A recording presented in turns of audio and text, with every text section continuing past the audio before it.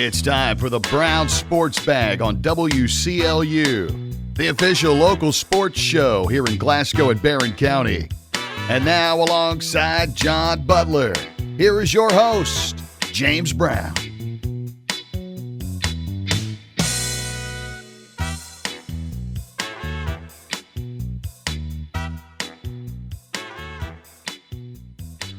We're back again this week on the Brown Sports Bag, and we have a special treat for you. We have Caverna softball coach Peter DiStefano.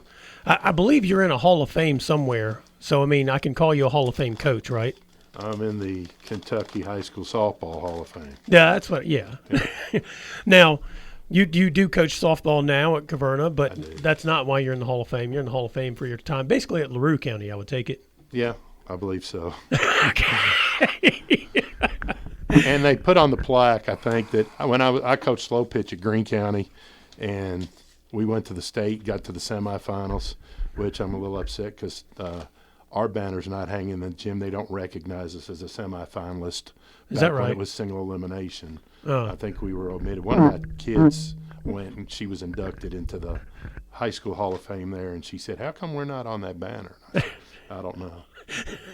They've erased the history of slow pitch softball everywhere these days, haven't they? Yeah, they have. Anyway, you're here to talk to us about Caverna softball. You guys have picked up, I think, 3 wins so far? I think we're 3-6 or 3-7, which is better for us.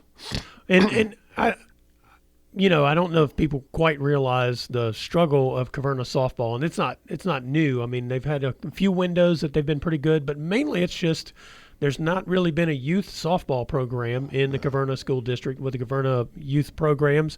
And so a lot of the kids don't really even start playing until they get to high school. Right. Some might start in middle school, but for the most part, I mean, you are having to take kids who play very little and then teach them the game and build a team out of that. And a lot of people have youth programs feeding in. They have middle school fall programs that absolutely help them out. And so, I mean, that's quite a challenge that you face. It is, and I have great kids, number one, and they're willing to learn.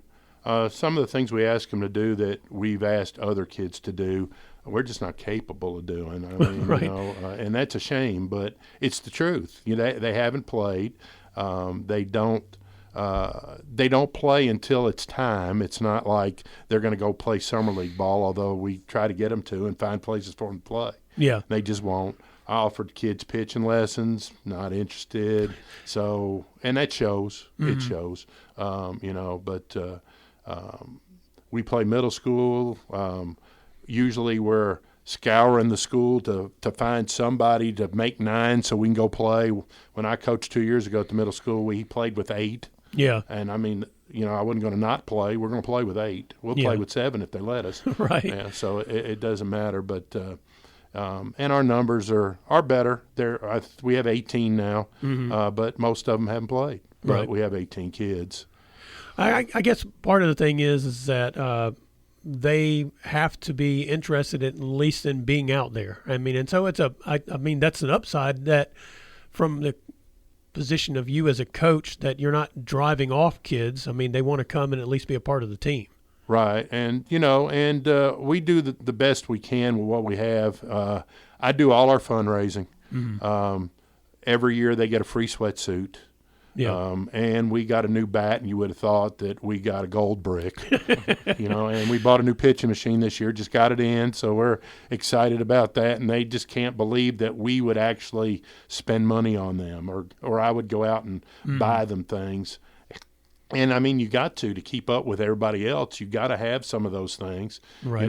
When I first got there last year, we didn't have a batting cage. The bars were up, but they said we haven't used the net. It was blowing in the breeze. It had like 50 holes in it. And, I just asked for one. They got it for us. They asked me what we needed. And, like I said, every time you do something for those kids, it's like it's Christmas. But it's kind of like I expect to have those things. Yeah. And they've not had those things. Yeah. John? Well, Pete, of course, Pete's a good friend of mine. We went to the same school, grew up together, and so forth. Uh-huh. Year 2, how are you? You have seen progress. So we've talked off there and so forth. In what ways are you better this year than last year at this time? Well, if you come to practice, we understand what we're trying to do. Mm-hmm. Some of the teams won't allow us to do what we're trying to do because they're just much better than we are, and the scores kind of get out of hand. But what I've seen, for example, Green is a dominant program. We opened up with them, not the best idea, but that was Class A game, so we figured let's kill two birds with one stone. Let's get it over with, number one, and number two, let's play the Class A game. Count that as both district and so I can go play somebody that I think we can compete with. Yeah. And it was 0-0 after one, and it was 3-0 after two, and then they clocked us. Right. And we played Hart the other night, and it was 22-0, but they beat us in 5. We had a 16-run fifth inning. Mm. So now you like hit the cutoff man, throw to the right base. We can do that. We can do that. We don't bunt well, but we're trying. Right. They don't understand the situations. Bunt coverage. We can do that. Okay. Yeah, we understand what cover 1 and cover 2 is. We know where to throw the ball. Right. But getting them to understand that, okay, this is a bunt situation. Let's get in cover 1. They know what it is, but now it's kind of like we're thinking, okay, where do I need to go? Yeah. Do I cover this base? Right. So we work on those things, but until they're able to do that in a game in practice, I can say, okay, we're in cover 2. Where's everybody go? And everybody can go. Mm-hmm. But in a game, when they actually lay down the bunt, we might have one kid not cover a base. Right. But it's basically because they're thinking the game now and where everybody else is playing the game. Mm-hmm. You catch the ball better, I take it? Infield, we're not bad. We have a new first baseman. We graduated our first baseman. Morgan Thompson's our first baseman. She hadn't played since middle school at Glasgow. Mm-hmm. And I hate to say this, but it's good for Morgan. She's just as good as anybody else. She catches the ball. She can throw the ball. She's really hit the ball well. We have a Dahlia Woods who plays third base for us. She hits the ball. So we're hitting the ball up and down the lineup. When we're getting beat, we're scoring some runs, which last year we couldn't score if the other team left and we hit by ourselves, we couldn't score. And I don't mean that in a bad way. That's where we were. Right. Yeah. Right now, we got beat by Monroe beat us 24-9, and we scored twice. They scored 10 times. We cut it to 10-9 before they beat us. Yeah. So there are stepping stones that we're making, and we played Thomas Nelson up 1-0. They scored 6. We scored 1. Then it was like 10-3 or 4, and then the last 2 innings we dominated and beat them 11-10. And for us to beat a Hardin County school is a big thing. It doesn't matter where they are. I mean, for us to beat somebody like that, and our kids were excited. I was excited. So it's kind of like a growing process. They can see some things, but sometimes we just get our butt kicked, and that's just the nature of our beast. Yeah. Well, I thought you had a fascinating score. I think you played 2 games in one day against a team, and you lost to them, I think, 13-1 and beat them 17-1. Yeah. Anyway, I looked at that, and I was like, well, I mean, something changed between game 1 and game 2, and I guess maybe the pitching just tightened up, or you guys just played better defense? Well, that was a game where one of our pitchers tore a labrum, and she really struggled. She hadn't pitched in weeks. And our other pitcher what did she have? She got strep. So she didn't play Friday at Adair and didn't play both games. So that poor kid that hadn't pitched in a week had to pitch. Yeah. And Friday she barely bowled the ball across the plate. None of her fault. She just couldn't throw the ball. And I said, honey, we're going to have to tape you up. You got to go again tomorrow. And so she went, didn't throw badly. And then the second game, she threw strikes. We caught the ball. Yeah. And we scored for it. When we score early, we kind of get a little confidence, and we could either play with you for a while or we'll beat you, and that's kind of the way our season's been. We'll play with you for a while. Even the teams that are much better than us, like Green and Hart and some of those, we played with them. Yeah. We can get you out some, but then we just have an inning where we'll drop a fly ball that's routine, or a ball will go down under our legs, and then the dam breaks. So your district, you mentioned Green. I mean, that's in your district. Hart's in your district. Yeah. Hart's surprisingly good this year. They're good. They've got good pitcher. They've got good catcher. They catch the ball. They can hit the ball.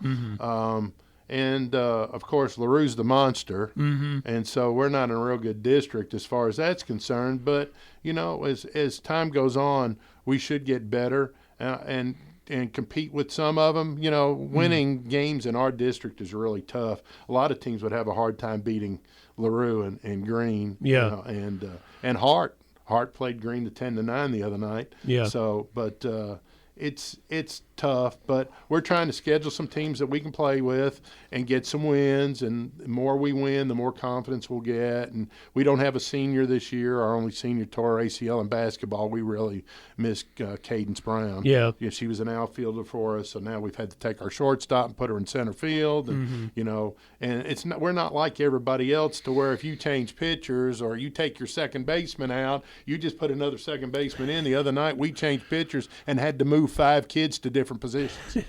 And that's just us. Yeah. That's just the way we are.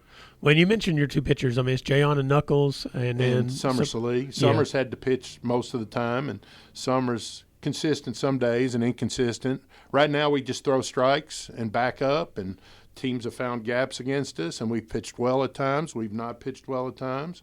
And sometimes when we pitch well, we drop a lot of balls. I mean, you know, some days we'll walk one day we'll walk 9. And usually the day we walk 9, we have 8 errors to go with it. Well, I was going to say, I mean, it does look like on the pitching front that your walks are down this year versus what you had going on last year. We're a little more consistent, you know, I think we feel kind of good about, you know, winning some games early last year. I don't know when we won our first game. I think the last one I came to you, we were still looking. But it's just different. Yeah, it's different. I just think it's remarkable because Pete has been on top of the world at LaRue. Yeah, you know, regional champions and things like that, and it's almost to where he's now trying to, but his attitude is good. It's kind of fascinating to. The pressure's different, I'm sure, right? The only pressure I have is I want to win some games. Right. You know, I want to win. We won 5. I'd like to win 10.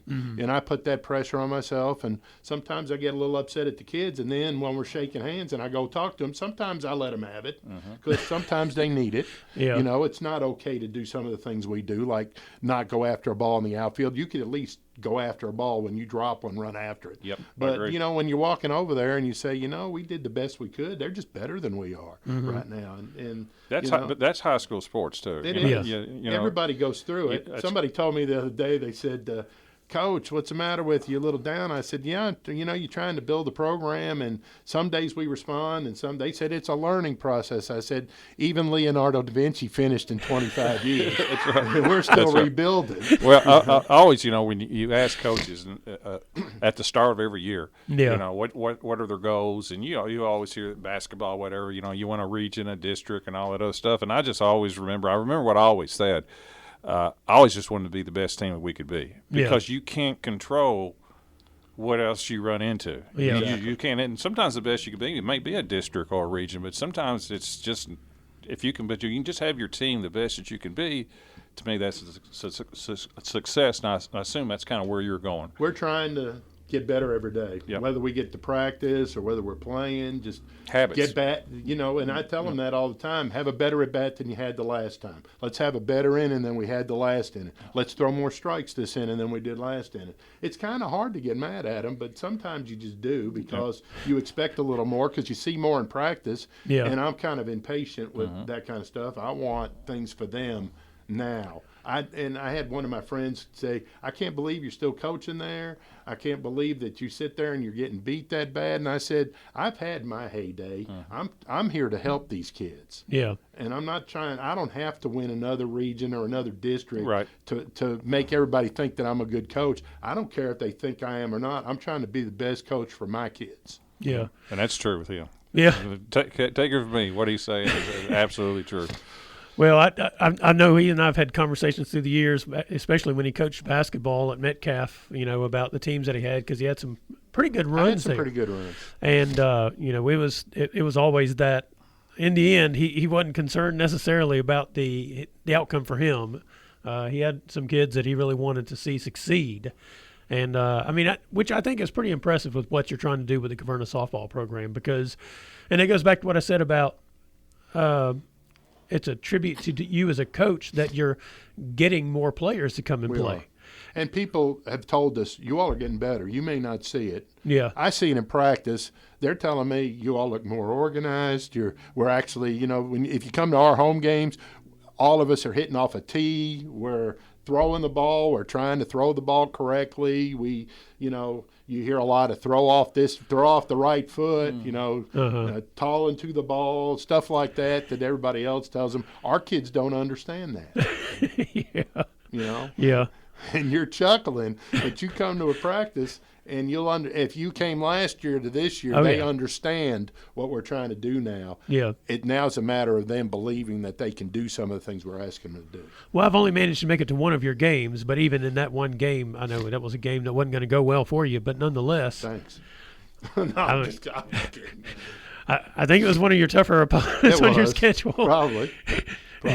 But I could tell even in that game, I mean, they were competing the whole time, no matter how we work things were hard going. and we try hard. Some days it's just not our day, but it's like anything else. I mean, we're probably the only school in the state where I don't have to call anybody to make my schedule out. Everybody, and people are saying it's going to rain Thursday. Could we play on Wednesday? I said, we play you twice. You're going to get your shot to beat us. I mean, just keep your shirt on, man. And some of them that are new, they don't understand that I'm just being sarcastic with them. And if they beat me, fine. I just want my kids to play better. Yeah. Like last year, Hart beat us pretty badly at home, and then we go down there and they beat us 7-1. Yeah. And then because we'll get better as the year goes on. Or Glasgow has traditionally beaten us to death, and then last year it was 4-0. So we got better as the year went on. I see it with some early wins this time. We're getting better. The kids are, trying really hard. And like I said, we've got a couple of basketball players out. I just picked up Alyssa Barber, said she's never played before. But, man, she's quick. Oh, yeah. And we could turn her into, a courtesy runner or something, and we don't turn anybody down. And, Right. It's like I turned around and said, girls, golden opportunity. If somebody could just catch the ball, I'd play. Well, and I guess that's the other thing. If you've got people coming out now, who have not played the sport, then in the school, in the hallways, what's happening is they're saying, yeah, we're having fun. We may win some games, we may lose some games, but in the end, we're enjoying playing. Right, and I think they do. I mean, we try to, it's like we're sitting in the dugout one night and we're just talking between games, and they asked me if I had a dog, so I would get my phone out and I'm showing my dog. They show me their dog. And, I mean, that's kind of level we're on, that we can actually just sit down and have a conversation in our dugout, because they're kids. Yeah. And, and I'm coaching kids that are trying really hard. Some of them have difficult situations other than softball. This is their release where they can be a kid for a couple hours, and they don't need me constantly on them, but I'll get on them when I need to. But, as long as they give you effort and they try, and, we can sit down and talk. And like the other day, well, it hadn't been the other day because we hadn't done anything in a week because of the rain. Right. It's like I put a trash can at home plate, and you get 3 balls from center field, and if it stays in there, then when we have a ball game, you can go to the concession stand and get whatever you want for free. Okay. Well, we actually had a kid do that. Yeah. And she was going nuts. And they were mad at me because I said, okay, game's over. Well, the rest of them wanted a shot too. So I said, well, I'm going to let you do that because now you're wanting to compete a little bit. Now you didn't want to get cut off. You wanted to try it, which is, kind of what we're after. We want to compete a little bit. Yeah. So, I think you guys aren't playing during spring break, right? No, unfortunately, it's hard for me to get kids. We're going to try to practice Friday, Saturday, and a little bit on Sunday, but Sunday's optional because we don't do a lot on Sunday. So I just say, if you want to get better, I'll be there for an hour. I'll help in the cage. But last year we couldn't get anybody to show up except 3 or 4, and some of them choose not to do it. Some of them don't do it. But I'm not going to stop a kid from, heck, when I was at LaRue and Metcalf, we'd go to Florida. And these kids told me, when are we going to go to Florida? We went to Florida 3 years ago, and, I said, yeah, I saw your scores. We can get beat like that right here. And we were talking before the thing. I said, why would we go down to Florida and play somebody that's 10 minutes down the road from us? I agree. Why would we do that? Yeah. When I took LaRue and Metcalf, we never played a Kentucky team. Never. So what's your first game after the break? Green, okay. So we'll get to Actually, see. you kind of have back-to-back district games after, don't you? I think. I'm not really sure. I just know we play Green on Monday. Yeah. And, playing on turf's a little different for us. But like I said, we do the best we can with what we have. I think our facilities have taken a massive upgrade. Mm-hmm. I thank the board for, like the other night at the board meeting, they actually passed where we're going to get new bathrooms and a concession stand by the field. Yeah. And that kind of completes it. We finally got our scoreboard put up in center field. So the field looks really nice.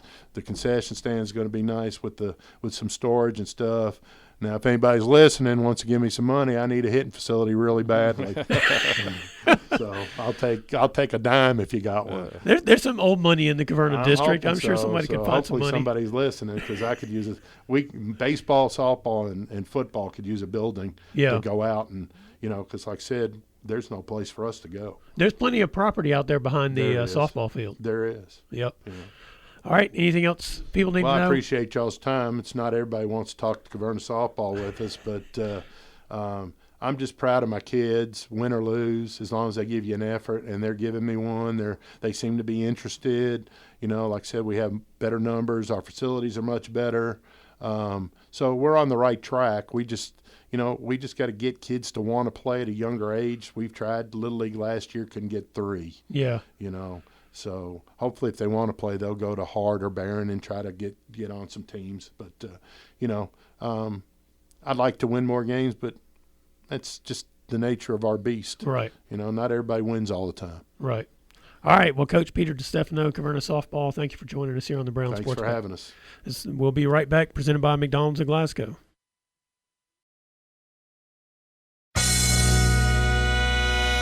Presented by McDonald's of Glasgow, it's back to the studio with James and John, the Brown Sports Bag.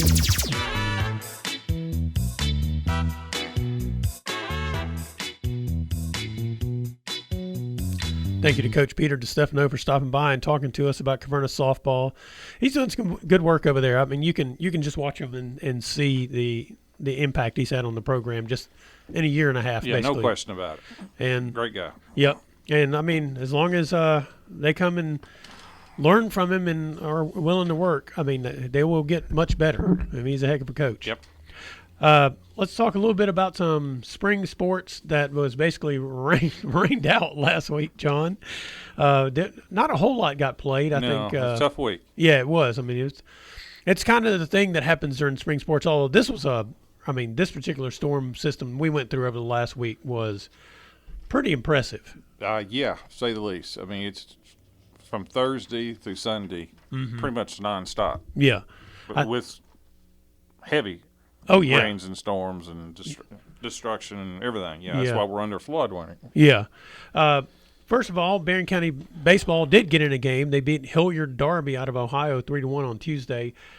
Gave up a first pitch home run and then came back and scored, I think, 3 runs in the bottom of the 6th to take the lead and get out in the top of the 7th to win the game. So it was actually a pretty impressive comeback. It was J.R. Estes' first game as the head coach, interim head coach. He had been an assistant already, but it was really his first game where he was in charge of everything. Yeah, they're 5-5 against a tough schedule. Cameron Crawford got the win, and I think J.P. Hyde and Sutton Hyde came in relief and gave up no runs in that win, and they're scheduled to play. They're in Florida right now, getting ready to play.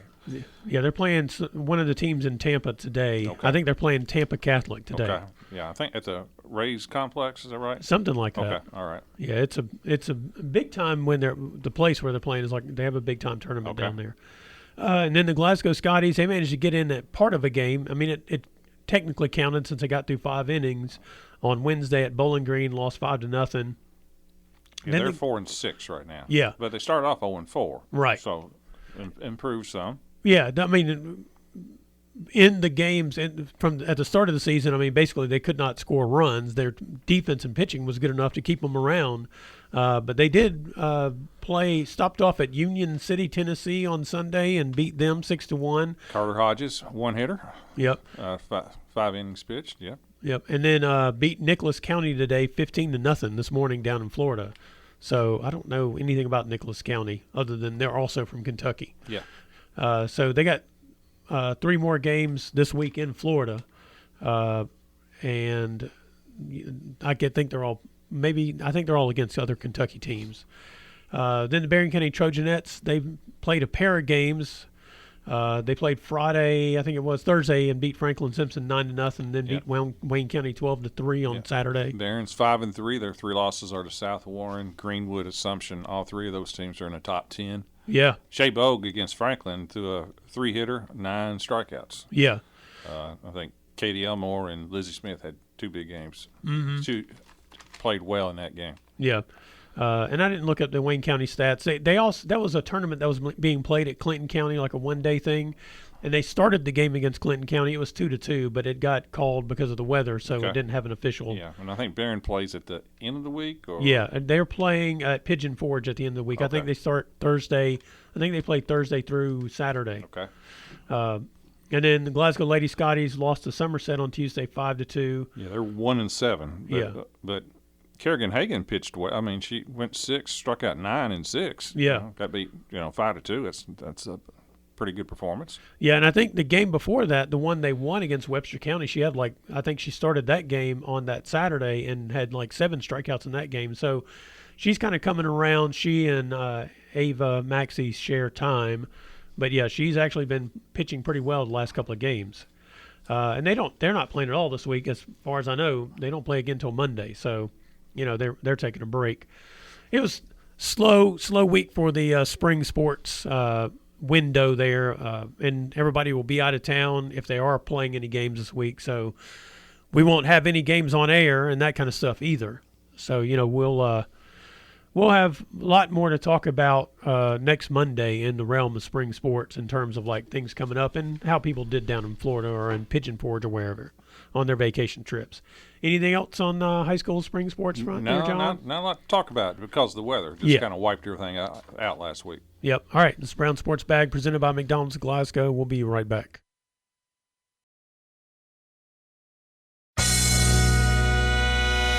Presented by McDonald's of Glasgow, it's back to the studio with James and John, the Brown Sports Bag.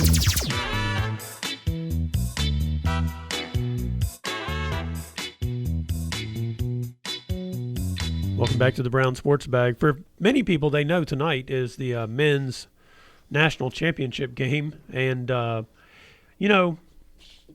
think we got chalk all the way to the Final Four. And the fact that Florida beat Auburn, was not really a shock. They were probably a 50-50 there, even though Auburn was the number 1 ranked team in the tournament. As far as I think they were the number one, right? But the win Houston had over Duke and the way it happened was the best game in the tournament, John? Florida and Auburn was pretty dang gone good. It was a good game. From tip to the end. Yeah. Florida and Auburn was a better game. Right, yes. I mean, Houston and Duke got exciting in the last 2 or 3 minutes. Yeah, Houston and Duke had the NCAA tournament drama. Yeah, Duke dominated probably 36 of the 40 minutes, actually. Right. Well, yeah, so it had that tournament drama that we look for, the surprising win at the end, that kind of thing. Right. But, yeah, the Florida-Auburn game was a better game. Yes. It was an exciting game, kind of back and forth, big shots. Big shots, big plays. Yeah. But, yeah, let's talk about the Houston-Duke game. Okay. So I know a lot of people probably focused on the fact that Cooper Flagg missed the shot, off the front of the rim there at the end of the game. But I thought there were 2 plays earlier that were the plays that ended up deciding the game. One was the inbounds play after Houston scored, and I think they were down 3 at that point. And so the inbounds, Cooper Flagg had his man shielded and held out his hand. Looked to me like the inbounds pass was just short. Yeah, I mean, you were trying to throw it to a 6'9" guy. You got to throw it, 7.5 feet, 8 feet in the air, so only he can go get it. Mm-hmm. And that the pass was just a bad pass. And then so Houston ends up getting the ball there, and that kind of changes what happens thereafter. They missed the 3 for the tie, but they got a rebound dunk to put it within 1. Yeah, but and I thought that's with 18 seconds to go. Yeah, and it looked like then Duke was in pure panic mode at that point. Well, they actually I thought there was a little bit more panic before that. They actually got the ball inbounds and got fouled. Yeah, right. After that, so the game it was down to 1, and they fouled the point guard Proctor. Yeah. And men's college basketball is the only sport that still has the 1-and-1 for 3 fouls. Yeah, and I totally forgot about that. 7, 8, 9. Yeah. It's not in the pros. It's not in women's basketball. It's not in high school anymore. Right. So they still have the old school for just 3 on foul 7, foul 8, and foul 9. There's pure 1-and-1. Yep. And Proctor went to the line up 1 with right around 18, 20 seconds, something like that. Mm-hmm. No, it was maybe less than that. 12. It's 12, and he missed it. Yeah. And I thought it was a terrible foul call on flag. They called him over the back. Right. And I thought that was a bad call because the game was well, and that's the other play that I thought was really the backbreaker of the game. yeah, because the officials did not call a lot, which is fine. Yeah. But one of the reasons that Houston was allowed to come back is it was very difficult to get the ball inbounds because it was physical. They were holding, doing a lot of things. Yeah. And then the call and over the back, I thought was I didn't like the call at all. Now Houston got the rebound anyway. Yeah. So they'd have to score on the other end, but I thought that was a weak over the back call, nonetheless. Well, and that's right. Houston got the rebound, but basically because of the call, they were able to go down and shoot the 1-and-1 and made both of them and took the lead at that point. Well, they got the call on the over the back. Yeah, that's what I'm saying. And a 61% free throw shooter went down and made both of them. Give them credit. Yeah. So he did the opposite of what Proctor did. And put them up 1, and then. Duke got a good shot. It was not an easy shot, but it's a shot that Flag can make. He's the best player in the game in college basketball. He's got in the lane, a little fall away. It was definitely a challenge, but he came up short. Yeah. And there's a lot of people who take joy in Duke losing. I'm not really one of those. I thought Duke. I think both teams have good kids. Oh yeah. And there's not anybody on Duke's team. Duke's had some people in the past it was kind of easy to cheer against. Yeah. Christian Layton and things like that. There's no Grayson Allen on this team. Grayson Allen. They didn't have anybody like that. No. Duke was I was looking this up, and these things hurt, to be honest with you, because you'll never forget them. In 2000, we were up 7 points to Allen County with 2.5 minutes to go. Yeah. And end up losing and lost in overtime. And I'll never forget that game. And when you lose leads, when you're kind of in control of the game, they sting a little bit more. And for these comebacks to occur, Houston was down 14 in the second half, came back and won. Yeah, with about 5 minutes ago. I think it was. So two things have to occur. I've said this 1,000 times. The team that's ahead has to make some critical mistakes, turnovers, and miss free throws. Mm-hmm. And not getting a rebound too. They gave up 19 offensive rebounds.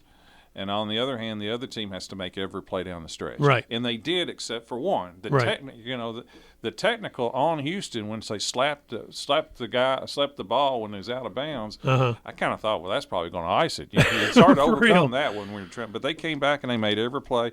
Duke was under Coach Shire. He's been there 3 years. Yeah. Duke was 79-0. Went up 10 points at any point in the game. Really? They were 79-0. Wow. Here's another one. Just talking about the collapse that Duke had. In the NCAA tournament, teams were, before this loss, 335-0.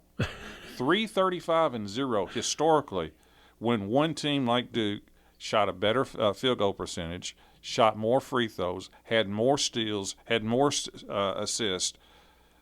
Teams were 335-0. It is almost impossible to win if you have those stats in your favor. That's correct. I mean, the only one not in their favor, right, is the one on the offensive rebounds. They gave up, it's the rebounds. That's correct, 19 offensive rebounds. So, it's give Houston are just, under Coach Sampson, they're tough. Yeah. They've struggled in the past under him. They've always been great, not good, great defensively. They've always struggled a little bit offensively. Yeah.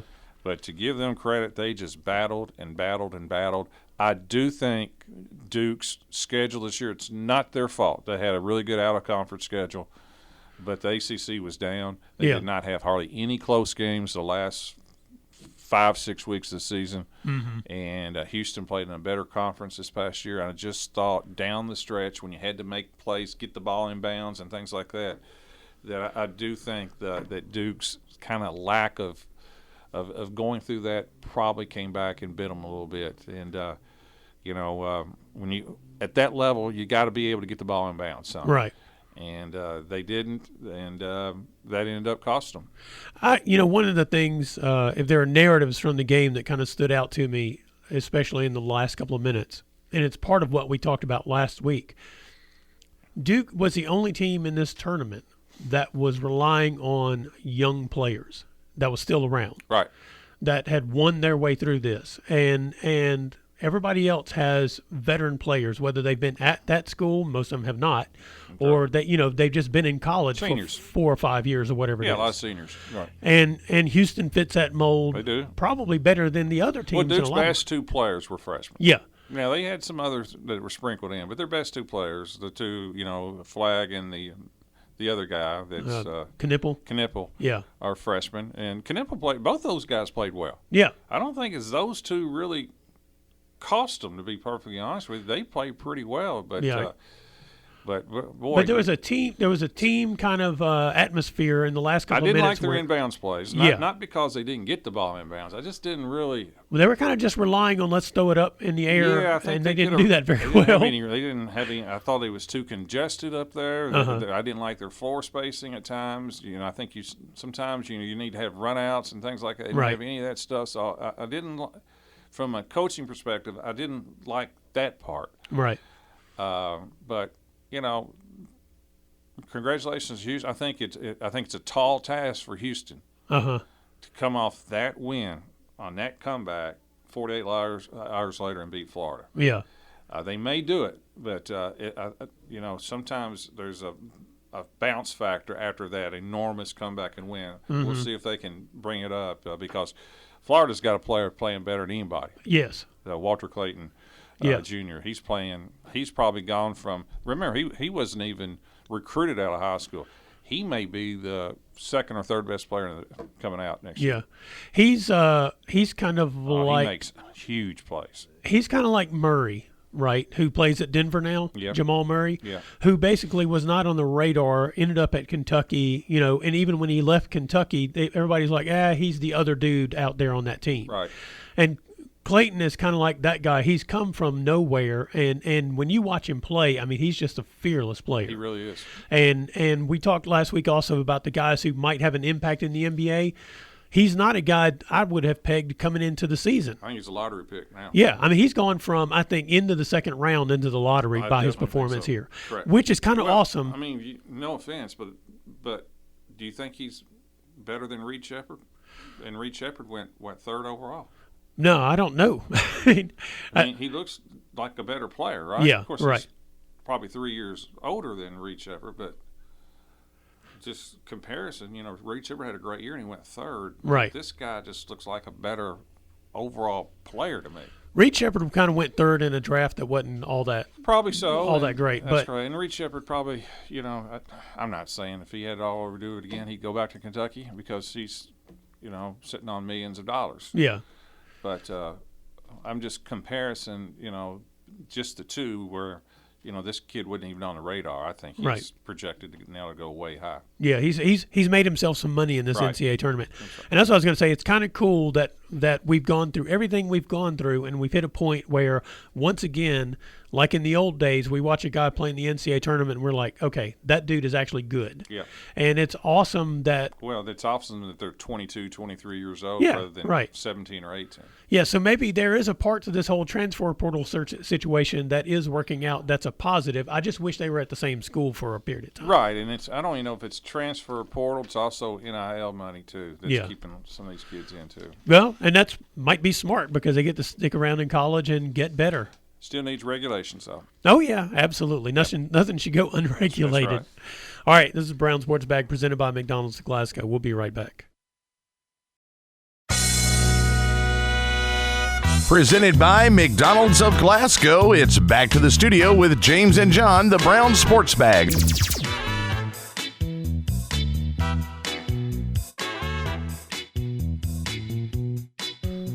We are presented by McDonald's of Glasgow. John, I have a question for you right off the top from the women's NCAA tournament. Were you surprised at how dominant UConn was in those last two games?